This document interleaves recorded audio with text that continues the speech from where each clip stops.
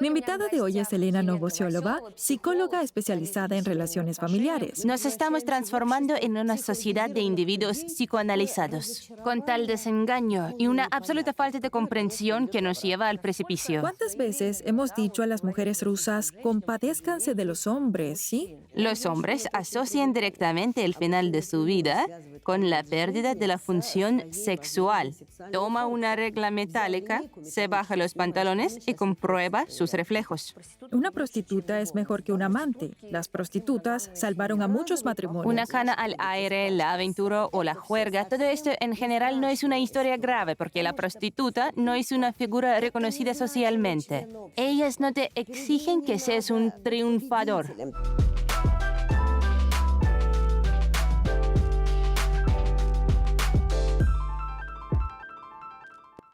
Mi invitada de hoy es Elena Novosiolova, psicóloga especializada en relaciones familiares. Y a juzgar por el título de sus libros, ¿Qué es un hombre? Origen del hombre, primera parte.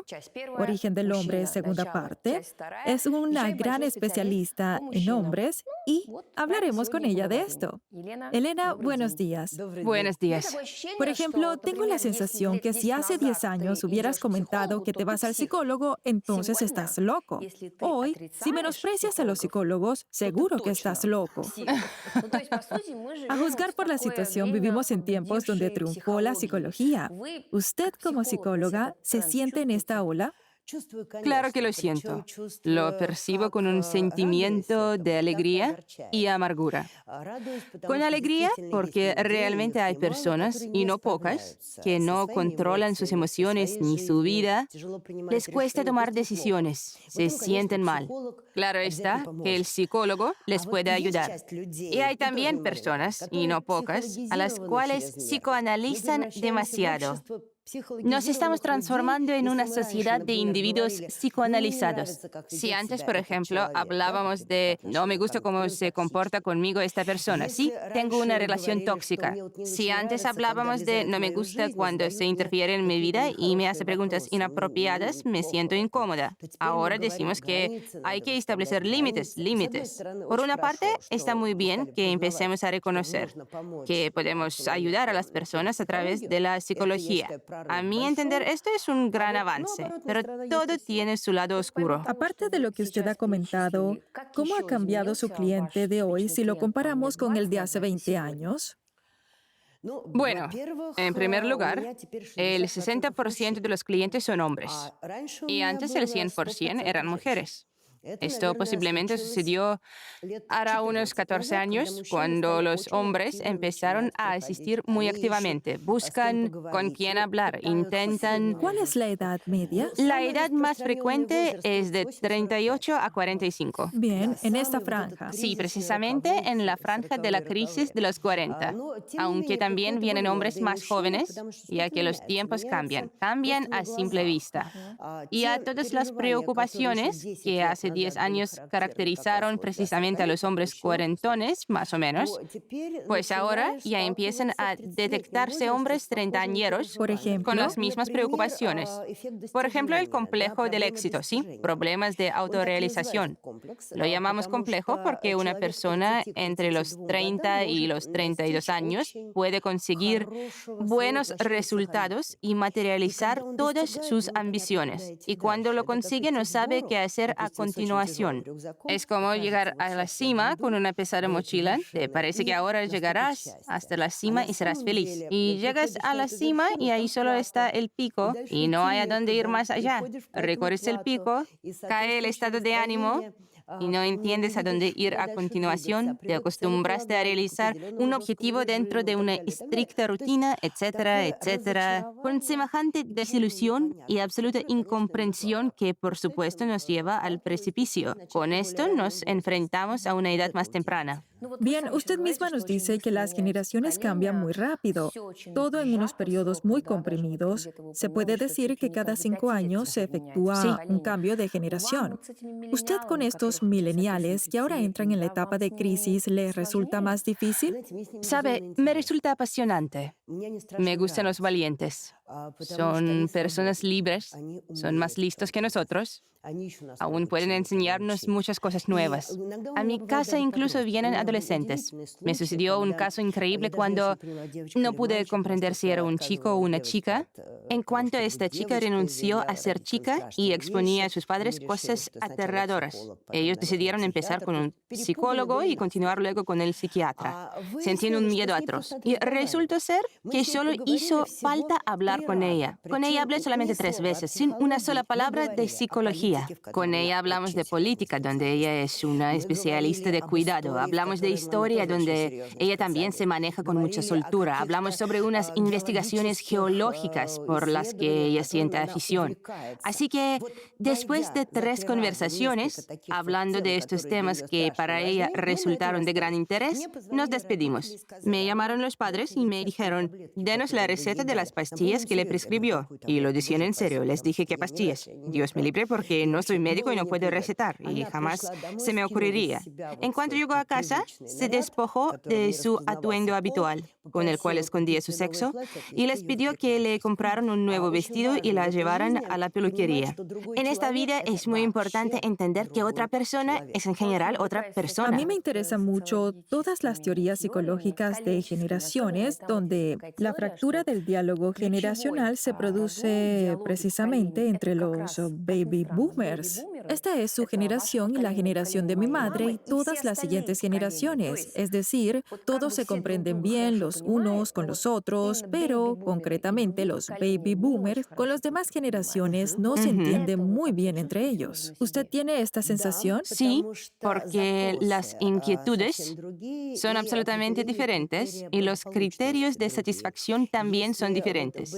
Sí, para la generación de los baby boomers resultó importante respetar las tradiciones establecidas, es decir, parir 1, 2 o 3 hijos, tener una familia y conservar esta familia, y también sacrificarse mucho. Este sacrificio era prioritario.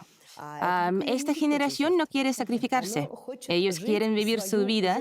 Sin duda van a tener hijos, pero de una manera más consciente, porque se casan más tarde y antes quieren establecerse, quieren garantizar su subsistencia, y la de los hijos son más conscientes, según mi punto de vista. Bien, y en mi opinión, además, esta generación se caracteriza claramente por analizar profundamente los traumas.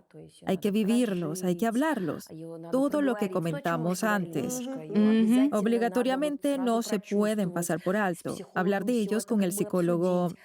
Tengo la sensación que este concepto no le es muy próximo. Tiene razón, no lo es. El motivo es que el trauma se define de manera muy rigurosa. Es un trauma cuando realmente recibimos un golpe muy serio. Puede ser de carácter físico, una agresión hacia una persona. Ahora el trauma, llamamos trauma a cualquier cosa. Cualquier cosa que se nos antoje. Si algo me causó dolor y no sé cómo solucionarlo, tengo un trauma. No sé por qué todos pensamos que en la vida debemos esforzarnos para que no haya absolutamente ninguna turbulencia y todo se desarrolle en absoluto orden y alrededor de ti todo esté en armonía, que nos sonrían y todo vaya bien. Pero la vida no es así. Esto puede ser en una buena obra de teatro o en una obra no muy buena. Pero en la vida, si te tropiezas con agujeros emocionales serios y con picos de emociones intensos, desde la ira hasta la euforia, con una gran variedad de intensidades, pero si en tu alma esto no encaja, pasarás por cada pequeña piedra en el camino con un ay ay, saldrás corriendo con alarma y gritando que tienes un trauma, ¿sí? Sufriste una herida y nada más. Posiblemente no conseguirás vivir tu vida así. Tengo la sensación que ahora esta traumatización está inflada sencillamente hasta el límite. Elena Novosiolova, en primer lugar, se la conoce como especialista en relaciones familiares. Su mirada personal en las relaciones dentro de la institución familiar, hace 20 años o 25 años atrás, incluso hace 30 y ahora. ¿Cómo ha cambiado? Ha cambiado y diría que de manera cardinal. Ahora todos nos encontramos en un periodo increíble. Lo nuevo aún no se ha establecido y lo viejo ya no funciona. funciona de ninguna de las maneras. Y por ello es tan difícil decir qué debemos hacer. Amo a una persona y quiero casarme. Quiero tener hijos y preparar tartas. Y no me importa que tenga una tesis doctoral o una licenciatura o que sea un ejecutivo. No importa. Sencillamente me gano bien la vida. Me gusta donde trabajo, aunque no sea un trabajo brillante.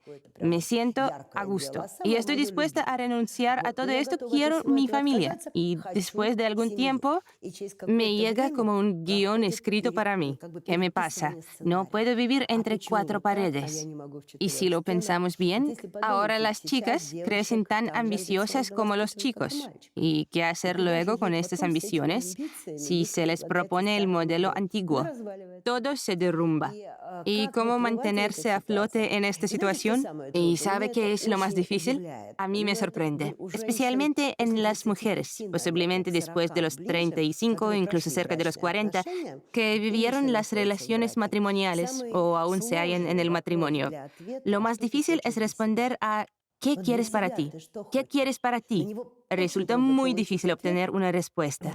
Frecuentemente lo aplazamos por una semana. Les doy tiempo para pensar, porque recibo las respuestas típicas. Que los niños estén bien, que los padres estén bien. Bueno, cosas elementales. ¿Y para ti qué quieres? Este proceso existe y es destructivo. No mantiene la tradición, pero te hace pensar. Fíjese, tengo la estadística, me quitó el sueño. En el año 20 se registraron un total de 707,000 matrimonios y la cantidad de divorcios 564, teniendo en cuenta que es un año récord, ya que por causa de la pandemia, al parecer la gente no se divorcia, pero sigue siendo una barbaridad. Esto es muchísimo, es mucho. Yo vi las estadísticas en porcentaje, posiblemente de 1 o 2 años atrás. Por cada 100 matrimonios hay 86 divorcios. Monstruoso. Esto nos viene a decir que todas estas bases sencillamente no funcionan. En ellas no se puede construir nada. Y me da la sensación que estamos creando las nuevas bases muy lentamente, como un tormento. Algunas veces las viejas generaciones, esto parece raro, pero son los que soportan toda la carga de los tiempos pasados, con sus renovaciones y cambios, cada vez atiendo a más parejas que llevan casadas 35 o más años. Y entre ellos empieza una irritación colosal, una enorme irritación. Y los que tienen posibilidades compran, venden su apartamento donde viven juntos y compran 2 viviendas más pequeñas en el mismo edificio, pero separados. Y después... Esto ya lo pensaron en sus tiempos los aristócratas ingleses. Claro. Tenían la posibilidad de vivir por separado en el mismo Así palacio. vivía nuestra nobleza en diferentes partes de la casa. Y literalmente empieza la repetición de la luna de miel. Salen juntos a algún lugar, se invitan el uno al otro a sus casas. En ellos desaparece esta atmósfera de irritación contra la pareja. En el caso de que ella no esté de humor, le dirá: mejor lo dejamos para mañana. Sí, distanciarse, la distancia es algo genial. Distanciarse da posibilidades de conservar. Y nosotros aún vivimos en simbiosis. Venga, vamos a fundirnos en un único ser. Lo de la media naranja, para serte clara, al mismo tiempo me impresionó mucho cuando lo escuché y ahora ciertamente me trae sin cuidado, como una frase hecha absolutamente carente de sentido. La media naranja no existe. Existe la persona que realmente vibra contigo y te complementa. Y lo principal, te relacionas con ella con enorme respeto y con un gran margen de confianza. Esto si hablamos de emociones básicas y te relacionas así con esta persona, entonces podemos estudiar un camino en común. El quiero y no puedo, está todo claro y ni siquiera vale la pena entrar en detalles porque es un quiero y no puedo. Es el origen de un sinfín de divorcios. Bien, usted es una psicóloga familiar y cuando viene la gente, especialmente en pareja, se trata de un intento de conservar el matrimonio o incluso mejorarlo, ¿es así? Bueno, podemos decir que existe el deseo y la ilusión también. Pero usted es una persona con experiencia y posiblemente al ver una pareja ya comprende inmediatamente que, Dios mío, quiso decirles de inmediato: chicos, dejen de atormentarse mutuamente, libérense el uno del otro. ¿Pueden decirse tales cosas? ¿Vinieron a verla para conservar el matrimonio? Yo no voy a mentirles, intentaré demostrárselo hasta qué punto sus ilusiones son fundamentadas, porque claro está, se ven muchas... ¿Sabe? hay parejas que vienen con la intención de conservar y tienen realmente algo que conservar, que da el ardor en sus ojos, realmente se quieren el uno al otro, pero se encontraron con su primer tropiezo y empezaron a justificarse.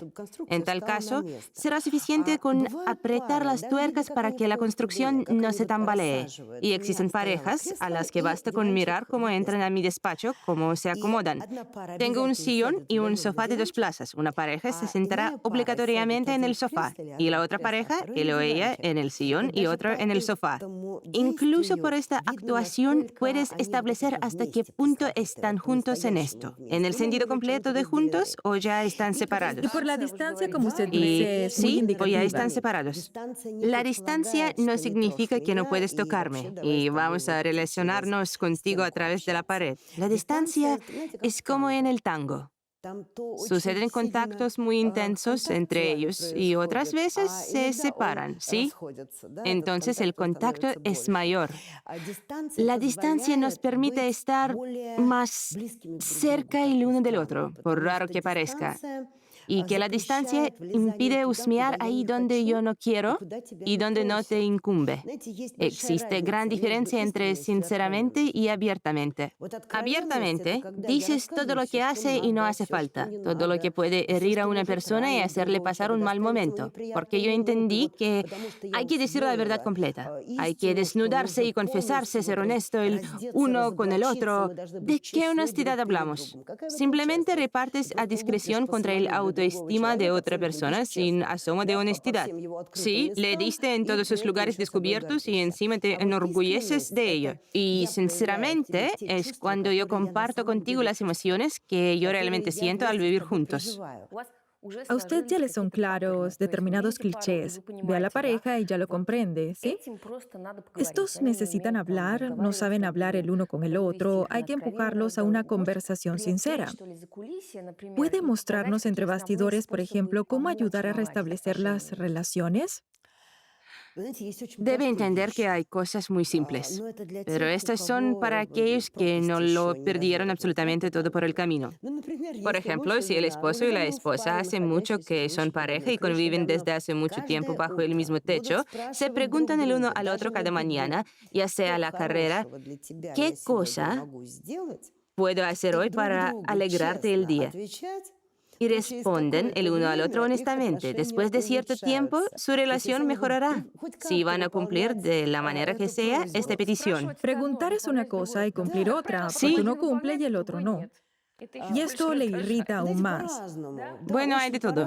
Sí, y los hay muy diferentes, porque a veces ambos empiezan a cumplir y a disfrutar de esto, y otras veces nadie lo hace, porque no quieren y consideran que es absurdo. Y yo no quiero porque tú no cumples y yo no pienso cumplir. Tú tiraste mis atenciones a la basura y yo haré lo mismo. Entonces aquí empieza un comportamiento un tanto infantil en esta situación, pero si se consigue establecer esto como una norma de vida, la relación empieza un poco a cambiar de ritmo. Quería añadir que, bajo mi punto de vista, lo que sencillamente puede ayudar a la pareja es encontrar su propia solución. Sobre esto, cada cual puede analizar qué es lo que yo creo que mi pareja espera de mí. Mi suposición sobre esto, ya que entiendo que conozco a la otra persona. ¿Qué espera él o ella de mí y qué espero yo? Y compararlo y analizarlo, tras invitar a la pareja a pensar en este tema, si es que hay deseo de conservar. Estamos hablando de las parejas que quieren conservar su relación, donde ya no queda nada. No hay que iniciar nada, jamás. Cuando una pareja te cuente que hace 4 años que no tienen relaciones sexuales, que hace 4 años que viven en habitaciones separadas, que solo les unen los hijos, acumularon tal cantidad de irritación que figuradamente se puede asar en ellas, ¿sí? Entonces, verbal o literalmente, esto ya es inútil. El uno al otro son indiferentes. La indiferencia es la alternativa del amor. La relación sin sexo es imposible incluso en edad madura. Muy a menudo es sustituido por el cariño, lo sustituyen los achuchones. los cuales reflejan más el cariño, amor, incluso el sufrimiento. Todos tenemos algo por lo que sufrir. No existe una persona la cual seguramente no experimente esta sensación por todos conocida. Pues este cariño, tener pena a la rusa, quererse a uno mismo, también tiene algo de sexual. El complacer el uno al otro. Son de otra forma. Pueden ser muy intensos, pueden componerse de tal variedad de sentimientos que en general puedes pensar que es aún mejor. Por eso Mire, sí. mientras me estuve preparando, consulté diversas investigaciones sobre psicología y entre los motivos del divorcio se enumeran, en primer lugar, el económico y todo lo relacionado con la pobreza, la segunda, la infidelidad y la tercera causa, la mutua incomprensión y le siguen otras causas como el alcoholismo y la Y drogadicción. la colaboración de las mamás. Sí, pero me parece entender que en su caso, las personas que la vienen a ver, que pagan dinero por la terapia, los problemas económicos no están en primer lugar. En su caso, ¿cuál es la jerarquía de los principios del divorcio? La primera es la infidelidad, sin dudas. Sí. En mi caso, el segundo motivo es la enorme interferencia de la madre, de uno u otro lado, en las relaciones familiares. ¿Sabe? Además está la incomprensión, la ausencia de cariño en las mujeres. Yo no me siento mujer, lo que esto puede significar ya lo averiguaremos, ¿sí? Según su consideración. Y en los hombres, tal como me comentó una vez un hombre, que por aquel entonces debía tener 44 años, un hombre de negocios con mucho éxito, todo un caballero, el cual me dijo, ¿sabe? Si tengo que volar mañana a Marte, entendiendo que nunca voy a regresar, me hartaré de mi familia en unas 3 semanas. No se darán ni cuenta de que no estoy. Evidentemente, esta era su impresión. Tiene una buena familia, un matrimonio duradero. Y la sensación de que ya no me necesitan. Emocionalmente innecesario. La manifestación de sus sentimientos es innecesaria. Solo es necesario como proveedor de alimentos, defensor o como ayudante y cosas por el estilo. Pero sobre la supervivencia emocional del sentirse innecesario entre los hombres es más dramática. La mujer puede hallar consuelo, en primer lugar, en la madre. Ella puede conversar con las amigas, porque cualquier reunión femenina, particularmente a mí, me recuerda más a un grupo de terapia psicológica y tienen el soporte del colectivo. Los hombres no tienen por norma esta posibilidad. Cuando nos estuvimos preparando para este diálogo, me llamó mi redactor, sencillamente impresionado. Es un hombre y me dijo así: esta mujer es una santa.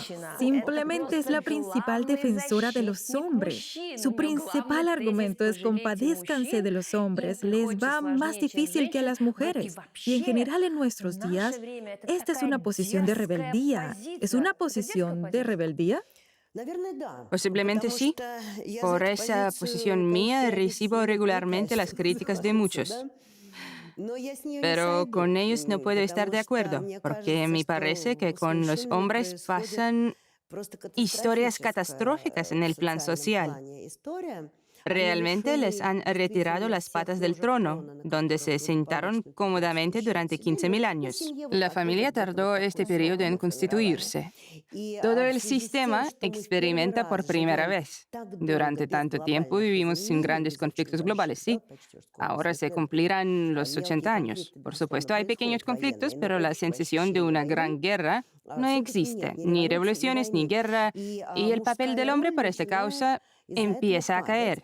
Encima, las mujeres son más flexibles, las mujeres son más fuertes, las mujeres son muy emocionales y por norma aprenden con gran rapidez. En cuanto las mujeres accedieron al mercado laboral, los hombres se disgustaron. Toda la vida los hombres han competido con los hombres y ahora les toca competir con mujeres. Han perdido absolutamente el objetivo. Sucede que no entienden nada cómo competir con las mujeres. Por un lado es una dama, por la que se puede sentir determinada, digamos, atracción sexual masculina, ¿sí? Deben competir con ellas como socios. Es una gran decepción. Esto es lo primero. Lo segundo, establecer las relaciones de socios con el complejo de vencedor. Al conjunto de complejos se lo llama complejo de vencedor. Es muy difícil porque en la familia pierdes esto, la relevancia. Te pueden respetar, pero como socio. Y esto es difícil por haber determinadas suposiciones y por la tradición. Hace poco estuve meditando sobre esto, que posiblemente las tradiciones están bien, pero cuando existe una tradición muy rígida, el sentido de la vida no hace falta. Y esto es difícil para los hombres, porque en este siglo ellos precisan del individualismo y someterse permanentemente a la autodefinición. Las mujeres solo sufren 2 crisis en su vida, alrededor de los 30 años, más o menos, sí, como siempre, y a los 50, exactamente a los 50. Así es, 2 crisis muy duras de soportar. Ambas no son sencillas. En los hombres, cada 10 años, porque los hombres necesitan cada 10 años definirse a sí mismo. ¿Quién soy yo? ¿A dónde voy? ¿Qué perspectivas tengo? ¿Qué puedo y qué debo hacer? Sufren mucho por ello. Fíjese, por un lado dice cosas muy correctas y lógicas. De todas formas, con frecuencia me resulta un poco contraintuitivo. Ahora le digo el porqué. Yo estoy de acuerdo con usted sobre lo de esforzarse en sentir a la pareja más detalladamente. Yo también estoy a favor de entender determinados problemas psicológicos. Incluso entiendo que hay que ser realista con mis propias expectativas en nuestras relaciones. Todo esto lo comprendo, pero luego, caramba, vivimos en un país en el cual hoy en día me parece extremadamente homocéntrico, ¿sí? Y en Moscú es más que evidente. Incluso si te das una vuelta por Moscú, la imagen típica del tipo un poco inflado, rechoncho, con andares de rey, ¿por qué no me reverencian? Y a su lado una mujer hermosa a la que si miras a sus ojos está temblando por si este indeseable la abandona para irse con una jovencita, ¿entiende? Esto abunda por doquier y no hablemos siquiera de lo que pasa cuando llegan a casa y le empieza a insultar y la violencia doméstica. Sí, Y por este claro, motivo, sí, sí. semejantes situaciones, me parece que semejantes situaciones subsisten en nuestra realidad.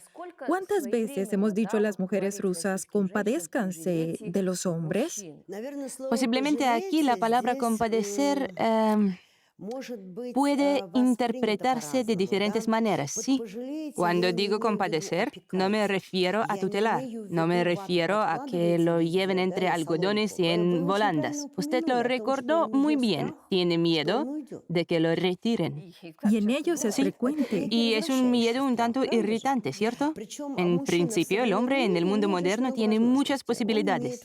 Tiene posibilidad de cambiar algunas cosas, tiene posibilidad de reorganizarse, tiene posibilidad de realizar un cambio total, ¿sí? Me refiero a tomar otras normas de conducta, volverse más educado, más... Las posibilidades son infinitas, pero los hombres no lo hacen. Tengo la sensación que los hombres se hallan en señal de protesta, así como las personas las cuales se hallan entre la espada y la pared. Puede ser con terribles amenazas, mucha protesta y mucha violencia. Tengo un ejemplo muy simple. Existen las consultas femeninas donde las mujeres pueden acudir para recibir atención de manera correcta para su salud, especialmente a lo concerniente a esta esfera. No hay consultas masculinas. La misma sociedad presiona al hombre. Estás vivo, eres brutal, eres como eres. No se te ha perdido nada en los médicos. El primer síntoma de falta de salud masculina es un secreto que él esconde a la familia. No lo comentará jamás con la esposa o compañera. Solo después de 3 años, el hombre confesará a la esposa cuando se encuentre en un estado horrible, ¿sí? Realizará esta confesión que tiene algún problema. Después de esto, aún precisará de medio año hasta que la mujer lo lleve de la mano. Él mismo no irá y lo lleven al médico. ¿Acaso esto no hace referencia a lo que principalmente vemos? Lo dicen los catedráticos que se dedican a la salud masculina.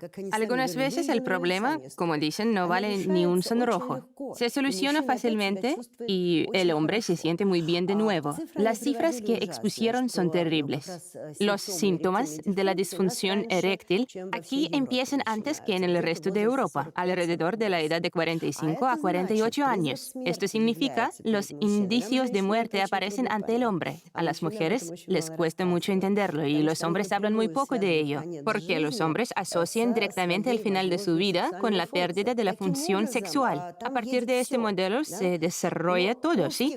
Pero a las consultas masculinas, ¿cuándo pueden ir? Sí, después del trabajo, retrasarse una hora y resolver algunas cuestiones.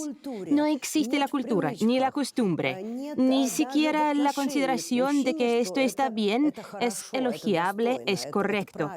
Y cuanto más vemos a los hombres que resoplan con pena, que pretenden algún tipo de poder, a ser especiales, realmente más difícil se hace su vida. Hubo un caso asombroso que me contó mi profesor, lo contó en un espacio público y por eso puedo mencionarlo. Él mismo empezó en los inicios de los 90, cuando sobre la psicoterapia no existía aún nada de nada. Se le acerca un tipo con chaqueta roja, todo según los cánones, con su cadena de oro, los guardaespaldas en la puerta. Mi profesor vivía muy modestamente. Sigamos, él pretendía ganarse un poco de dinero con esto, aprender y lo demás. En su despacho colocó 2 sillas de metal estilo café, como las que usaron antes, y una mesa cualquiera, y nada más. Llegó su cliente y le dijo: «Doctor, tienes que curarme», y guardó silencio. En una sesión, además pagó una suma muy grande. El psicoterapeuta está decidido a devolverle el dinero, ya que esta persona sigue en silencio y no dice nada. Está absolutamente tenso, tiene guardaespaldas, es muy importante, increíblemente importante, tan importante que quieres esconderte de él debajo de la mesa. Tiene una mirada iracunda, sí, exige que le ayuden. Y de manera absolutamente espontánea, volviéndose loco, este doctor, este psicoterapeuta, agarró una regla de metal que por casualidad encontró y le dijo: «Bájese los pantalones, le comprobaré los reflejos». Él no entiende nada sobre los reflejos, sin duda alguna, e empieza a darle con la regla en las rótulas. Como es normal, las piernas empezaron a moverse, él está sentado sin ropa, se quitó los pantalones. Bien, continuó sentado 2 horas más sin llevar pantalones. Le contó lo infeliz que es, cómo su suegro lo menosprecia, cómo su esposo no le quiere, cuánto dinero le exigen. Emergió un tipo tan infeliz, un tipo que realmente necesita ayuda. Por eso las reacciones de defensa muchas veces son neuróticas. Es muy raro cuando podemos escoger la reacción de defensa. Generalmente ellas nos escogen a nosotros. Y una de las reacciones de defensa es esta, la de la persona engreída que mira a todos por encima del hombro. Sí, pero todo se termina en que hay que defender a los pobres hombres. Ellos ¿Realmente aconsejaría esto exactamente en la situación que vivimos hoy en día? sabe, si usted aguanta de los hombres, cualquier cosa humillante para usted, o no encuentran entre ustedes la manera de hablar y usted se reconoce a sí misma y confiesa: «Me da miedo no estar casada, me da miedo no poder con los hijos, me da miedo que...». Sí, entonces es hora de irse. Y según mi estadística, las mujeres que deciden dar este paso luego se recuperan rápidamente. Las cosas empiezan a irles bien. Si con su pareja suceden algunas cosas que usted no comprende lo que le pasa, se comporta de otra manera, se encuentra en un estado de ánimo atormentado, no se distrae, está apático, la esposa no puede ser terapeuta, sí. Él no le hablará de temor a morir, pero puede de refilón, de alguna manera, pero no directamente, aconsejarle que lo mejor sería ir a un especialista y hablar. Debes ir en los momentos críticos, contigo no pasa nada. A veces los momentos críticos son beneficiosos. Este mensaje es posible que lo reciba. En cambio, compadecerle, me refiero a los chicos no lloran. Debes portarte como un hombre. Sabemos que es un hombre de verdad, pero nadie sabe que es una mujer de verdad. Debes comportarte, ¿sí? No puedes quejarte, no puedes sentir dolor. En el caso de que te caiga un sinfín de exigencias, debes seguir y seguir. Nos dimos cuenta que la masculinidad tiene carácter mortal. Consideramos héroes a los fallecidos. Y al superviviente que ayudó a los demás, bueno, te lamentaremos mañana, hoy lamentamos al héroe fallecido. ¿Sabe en qué creo que podemos compadecer a los hombres? En desenvolverlos, quitar el envoltorio, quitar la sorpresa ante los sentimientos de los hombres. ¿Sabe con qué frecuencia escuché esto? Cuando las mujeres empezamos a analizar la situación, la mujer me dice, ¿de verdad piensa que siente algo? Además, es gente inteligente, gente que piensa. Los que no piensan no van al psicólogo. Y sencillamente me sorprende hasta qué punto negamos a los hombres estos sentimientos. Precisamente hablo de esto, y no del que lleva 5 años tirado en el sofá y encima hay que lamentarlo y acariciarle la cabeza. No, estoy hablando de las personas que piensan y que experimentan una preocupación muy severa por este motivo. Y en estos casos ella puede ayudar, no como psicoterapeuta, sino como amiga. Como amiga sí puede. Además, usted tiene una tesis muy interesante sobre la infidelidad. Si lo entendí bien, hay que quitarle hierro al asunto, ya que en la infidelidad es mejor una prostituta que un amante, ¿sí? Claro. Las prostitutas han salvado a muchas familias. Fíjese, si ahora con usted hubiéramos hablado de las cifras de los últimos 10 años, eso sería posiblemente otro tipo de conversación, incluso más una discusión que una conversación.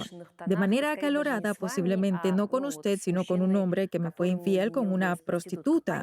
Es evidente que con los años te serenas, te lo tomas de otra manera, aprendes a dejar pasar muchas cosas, cualquier cosa, pero de todas maneras me parece que esta historia, ¿cómo decirlo? Hay un componente de contaminación, de suciedad. Sabe, nuestra relación con el cuerpo no es la de una cosa muy limpia, ¿sí? Tanto en las mujeres como en los hombres. Es la sensación que a mí me da. Fíjese, el asunto es que hay en los hombres, aunque las mujeres también, la vida es muy larga y nos apetece hacer el golfo y el canalla regularmente. Si aparece una amante, ¿sabe cuándo aparece la amante? Por varios motivos, sí, en esta horquilla de los 40. Ella no aparece porque deseemos aventuras sexuales y de manera regular los hombres no piensan en ellas en absoluto. Él está sumergido en el análisis de si la vida le sonrió, realice el balance. Claro que no le sonrió, necesita impresiones, necesita aplausos, necesita subirse al pedestal y que las mujeres griten ¡hurra! Y lancen sus sostenes por los aires. Es suficiente una mujer, pero ella cubre toda la plaza. Bien, la esposa, si el matrimonio dura más de 15 años, se verá un poco fuera de lugar. Si empieza a impresionarse con él por todos lados, ¿sí? Él pensará que algo no va. Resulta muy difícil que la esposa en este momento puede darle la emoción que a él de nuevo lo ponga en activo o lo estimule para la lucha, para aportar más a la familia. Porque los hombres se toman con frecuencia aún más el negocio o su empleo y sus ambiciones alrededor de los 40. Para ellos es una guerra, ¿sí? Más o menos. Y ellos sienten cada vez que van a la guerra. Y si la guerra carece de sentido, a ellos no los incentiva. Al principio tú mismo te impresionas por lo que haces, por lo que das a la familia. Tiene sus ventajas. Para él no es imprescindible medirlo ya que el hombre está satisfecho con lo que hace. Este era su plan y él lo realizó. Tras la culminación empieza a pasar cuentas y la familia hace tiempo que lo tiene asumido. Sí, estupendo, muy bien, hace tiempo que vivimos así, estamos todos acostumbrados. Y él, a la hora de pasar cuentas, quiere un momento de fanfarrías. Aunque sea una a escondidas tras la puerta, al menos una aparece esto es un clásico, aparece alguna chica que de manera sincera normalmente sucede en el trabajo, se impresiona sinceramente, porque ella no conoció antes a hombres así. Ella lo mira de manera sincera, le gustaría apartar la mirada, pero no puede dejar de mirarlo porque quiere mirarlo atentamente. Él se da cuenta, porque ella desprende precisamente este aroma de encadilamiento y por consideración consigo mismo la invitará a un café. Charlarán con el café, se interesará por la persona que tanto la encadila. Le preguntará, conocerá el problema y si la chica tenía otras intenciones, él le hablará en la tercera taza de café o cuando sea de sus problemas. Pero en este momento está en el pedestal, es grande y fuerte y empezó la historia y es peligrosa. No voy a discutir, pero si tenemos en cuenta que existe el cuadro típico que usted nos cuenta, si esto es inevitable, hay que tomárselo de manera más filosófica y mucho mejor si no se trata de una chica de provincia, sino de una prostituta de un solo uso. La transacción económica con la prostituta lo esteriliza todo, esteriliza los sentimientos. Ellas no permiten que esta historia vaya a más. De todas maneras, aún se considera esta profesión la menos respetada. Estas mujeres se hallan en el escalafón social más bajo. Ellas no pretenden ser esposas, ellas no pretenden que abandonen a los hijos para quedarse con ellas, destruyendo a la familia. Ellas no lo pretenden. Por este motivo, en este aspecto, son absolutamente seguras. Ellas no se interpondrán a la familia. Ahora hablaremos de las emociones de la esposa o de las emociones de... Si, por ejemplo, descubro que mi compañero o mi marido utilizan regularmente el servicio de prostitutas y me parece un sentimiento de repulsión, Obligatoriamente. ¿la que tiene el problema soy yo o lo tiene él? ¿Sabe si aparece la palabra regularmente? Entonces algo pasa con él. Y la repulsión de usted es comprensible. Sí. ¿Una o dos veces al mes? No, esto ya es con regularidad. Y yo me refiero cuando esto sucede porque ocurrió una vez en tu vida y tu esposa quiere divorciarse por ello porque eres una persona infiel. ¿Sí? Si el hombre acude con cierta regularidad, deberíamos averiguar qué ocurre con su sexualidad. ¿Qué es cierta frecuencia? ¿Cómo entenderlo? En cada persona es diferente. Si, por ejemplo, a lo largo del año acude una vez al mes o con más frecuencia aún, cada trimestre, pero la necesidad aumenta con regularidad o de forma caótica, o ocurrió una vez y con frecuencia a estos hombres les queda la sensación de repulsión y no desean repetir. Si aparece la necesidad de consumir, hay algo escondido tras esto. Se avergüenza de algo que no quiere o no puede confesar a nadie y a él le gusta. Sí, todo es posible. Entonces sí, nos acercamos a una zona problemática. Una cana al aire, la aventura o la juerga, experimentar estos sentimientos desagradables al regresar a casa. El sentimiento de culpa. El sentimiento de culpa. Ante la esposa. Sí. Todo esto en general no es una historia grave. Entonces esto se puede realmente superar y tomárselo como un tipo de pecado, ¿sí? Es sorprendente que en una de sus lecciones explicara que la llamó una chica prostituta, la cual comentó también que la mayoría de sus clientes no acuden por el sexo, Sí. sino para llorar Sí. encima de su pecho desnudo, ¿sabe? Sí. Airear el alma. Sí. Al parecer, ellas compiten con usted. Es posible, pero yo no ofrezco Ellos- mi pecho desnudo a nadie, sí.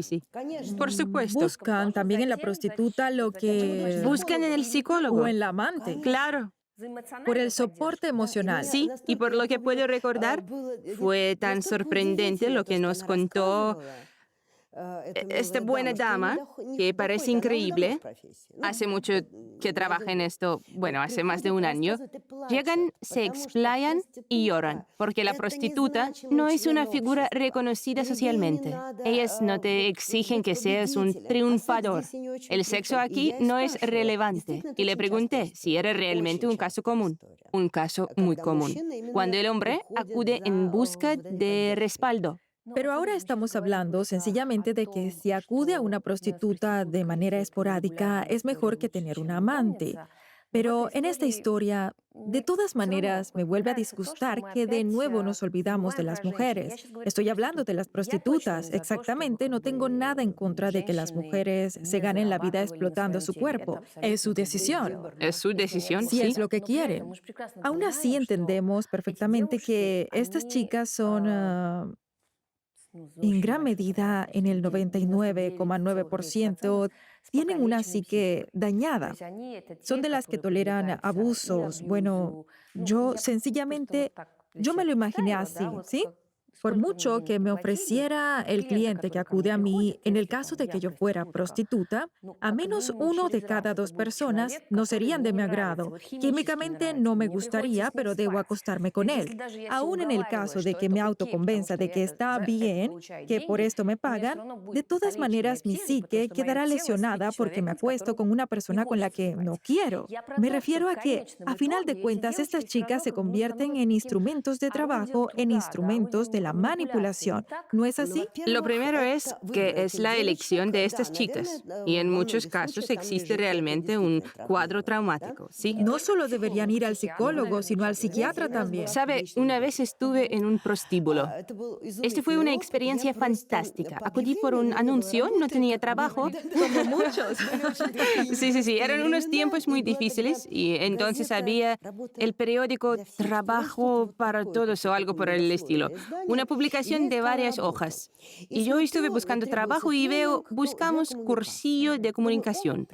Pensé, oh, un curso de comunicación es lo mío. Y llamé, no me preguntaron nada, se interesaron por mi profesión y me invitaron a una entrevista. Yo, por supuesto, acudí contenta.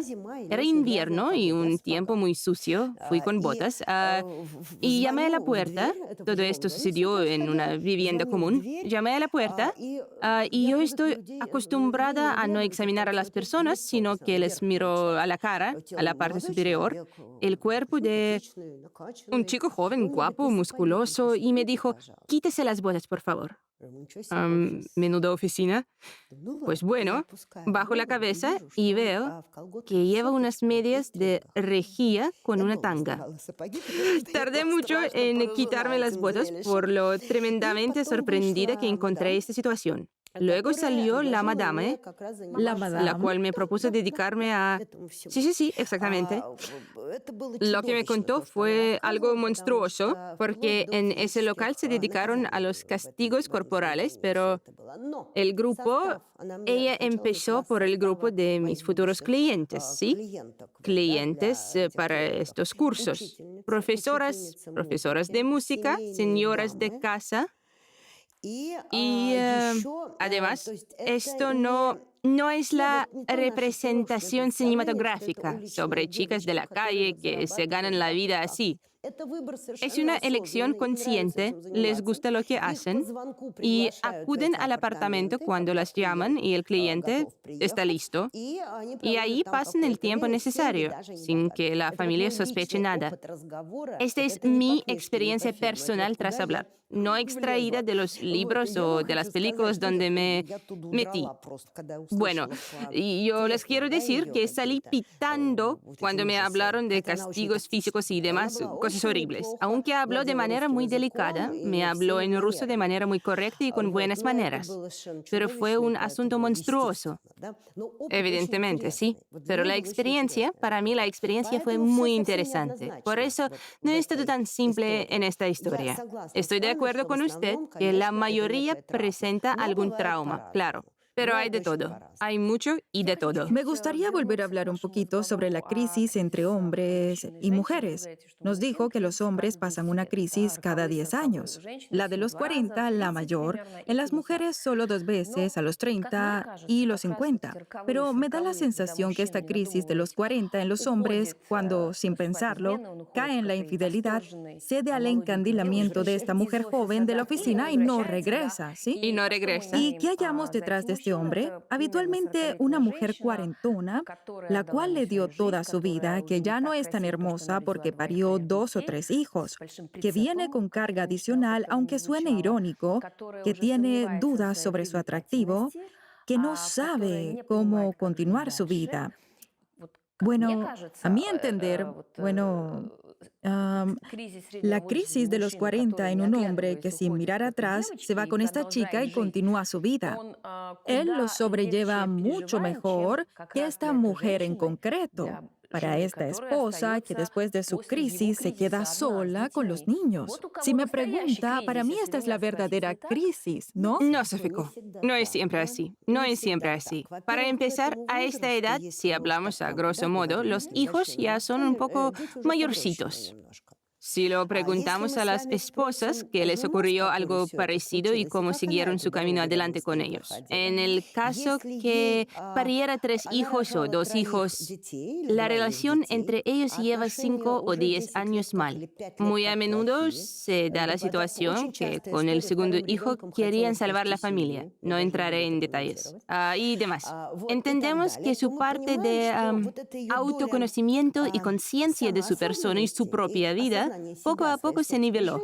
Esto responde concretamente a lo que hablamos al inicio. ¿Y tú qué quieres para ti? Y ella prácticamente no puede dar una respuesta. Es decir, sucede una cierta pérdida de identidad. Esto posiblemente suena de nuevo insultante y muy fuerte. No quiero decir que la mujer se descarría, pero ella quedó muy bien diluida en el marido y ella lo hizo responsable de su propia vida. Esto no pasa de hoy para mañana. Hubo señales. Existieron situaciones donde se discutieron, puede ser con abandonos y separaciones y cosas así. Nunca sucede de manera que todo estuvo bien y contigo vivíamos de maravilla y saliste corriendo detrás de la primera falda. Chao, me voy con ella. Claro que no. Es una situación muy difícil que representamos esquemáticamente. Por eso, ¿cómo queda una mujer de 40 y tantos con niños? Es la gran pregunta. Es posible que se desprenda de un marido tóxico, de algunas cosas, imposibilidad de hacer lo que quiere, de conseguir una nueva profesión. Esto también sucede. Pero antes de que se libere, y perdone que la interrumpa, sencillamente tengo este modelo. Acabo de cumplir 43 y pude ver una enorme cantidad de mujeres de mi edad en esta situación. Cuando se divorcian del marido, él se va con una jovencita, la deja con los niños, no importa si son mayorcitos o no. Están aterrorizadas, están tan enojadas. ¿Por qué? Puede ser que cuando lo superen estén mejor. Estoy hablando del momento y algunas veces el momento se alarga mucho. Pues en ese momento yo sufro mucho más que cualquier hombre en su crisis de los 40 que se va a vivir con una jovencita. Si empiezas a preguntar detenidamente por qué estás llorando así, por qué te atormentas, qué pasa contigo, es porque ahí entra todo. Yo no sé si lo escucharon alguna vez, tal vez no tuvieron oportunidad. Ahora soy una divorciada, ahora no sé lo que voy a hacer. Nadie me necesita. ¿Qué significa? ¿Cómo seguir viviendo? Mejor de cómo vivías. Mejor, porque en primer lugar yo siempre les pido habitualmente escribir en un rectángulo con 4 preguntas y colocarlas como un puzzle.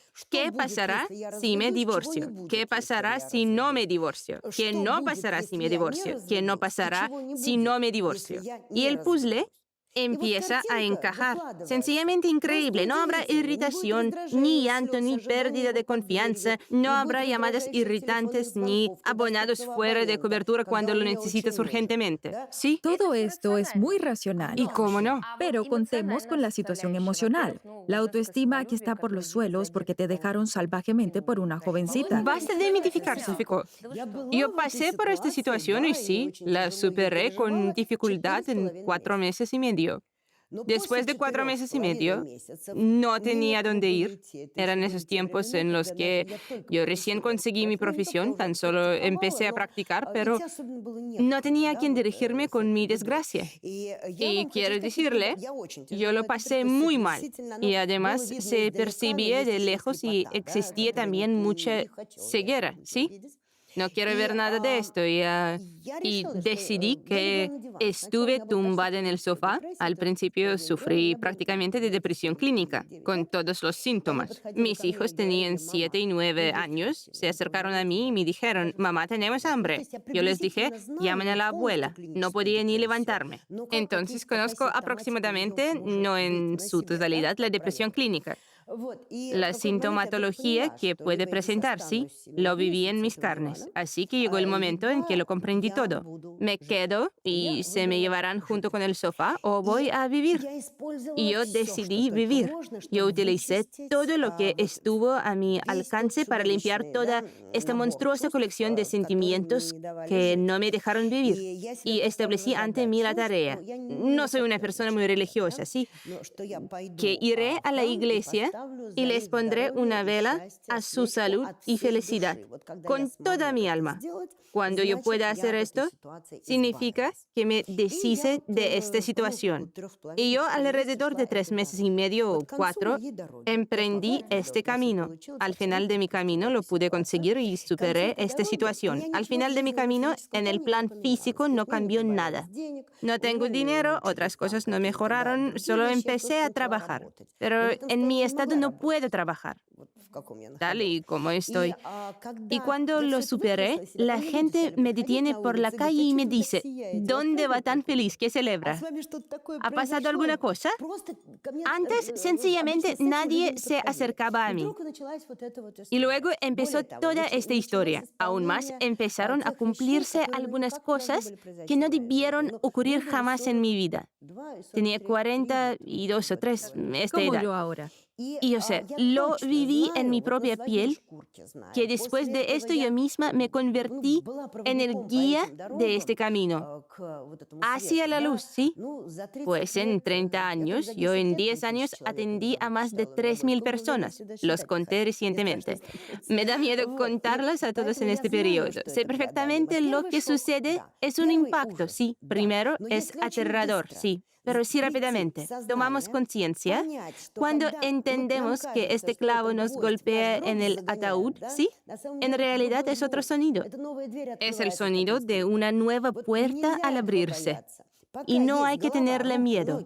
Mientras tengamos cabeza, manos, pies, salud, no hay que marchitar tu salud por este rechoncho y fofo. Cuando salió por piernas de casa, ya estuvo todo mal. No estuvo muy bien. Y que hay que ver esta parte, ver que no existe solo una brizna, sino una cosecha entera. Un buffet libre donde puedes entrar y comer lo que quieras. Pero les diré que nos gusta sufrir. Y nos gusta interpretar el papel de víctima, que todos nos compadezcan, lo empeora, estas mujeres se están interpretando, simplemente temen mirar el otro lado de la moneda, y esto es posible. Y después de esto se abre 40 años, estás aún en la juventud. Querida mía, de verdad eres muy joven, aún más teniendo en cuenta el ritmo de vida moderno, por la cantidad de posibilidades que existen para los cuarentones. Una mujer muy joven. Simplemente para mí es una chica, sí, aunque tengas experiencia en la vida, sabiduría y qué sé yo.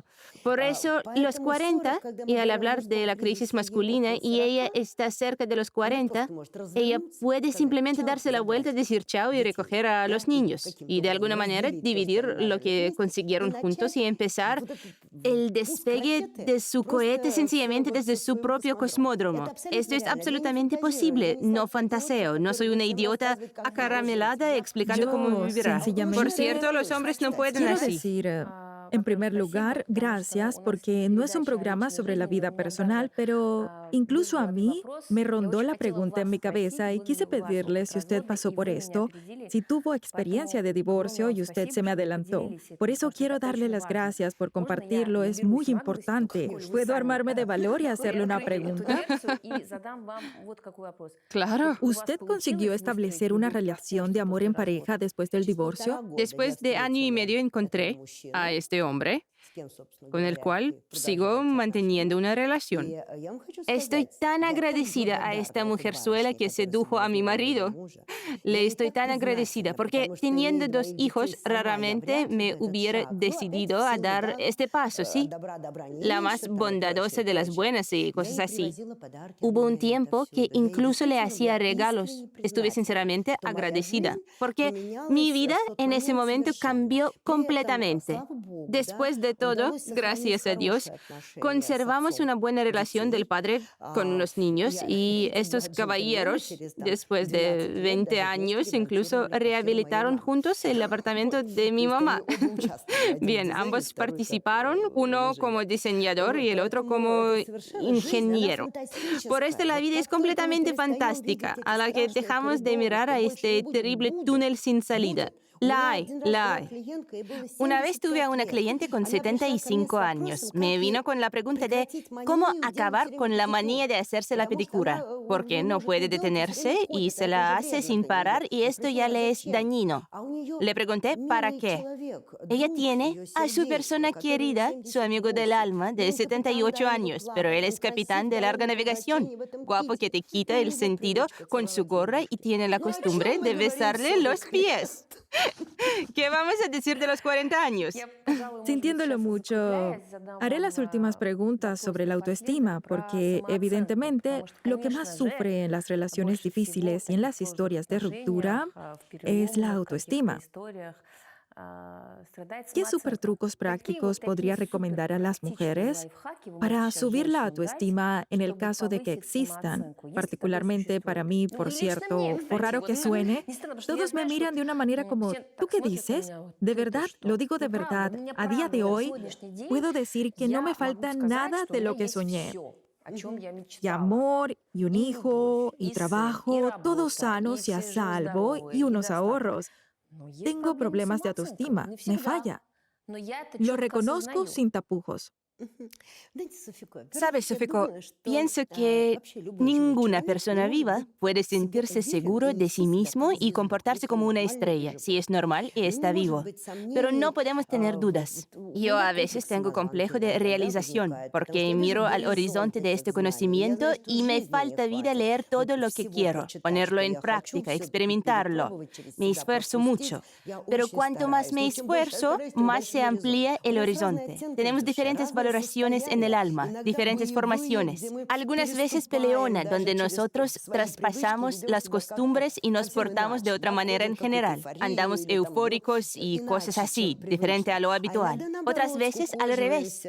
Nos encerramos y te sientes como, Dios mío, menuda idiota soy. ¿Qué estoy haciendo? ¿Saben cuál es el criterio? Si a través de cómo me siento no consigo lo que yo quiero. Lo primero es definir lo que quiero. Es muy importante. Para quererse a sí mismo o incluso para nuestro amado hombre si sufre de autoestima. Entender cuál es el criterio. Y para mí más importante que la autoestima es el tono vital. Cuando trabajas, piensas, meditas, haces algo para ti para que el tono vital se incremente. Haces deporte, sí, incluso si eres como yo, una absoluta, ¿cómo lo llaman a eso? Una foca, ¿sí?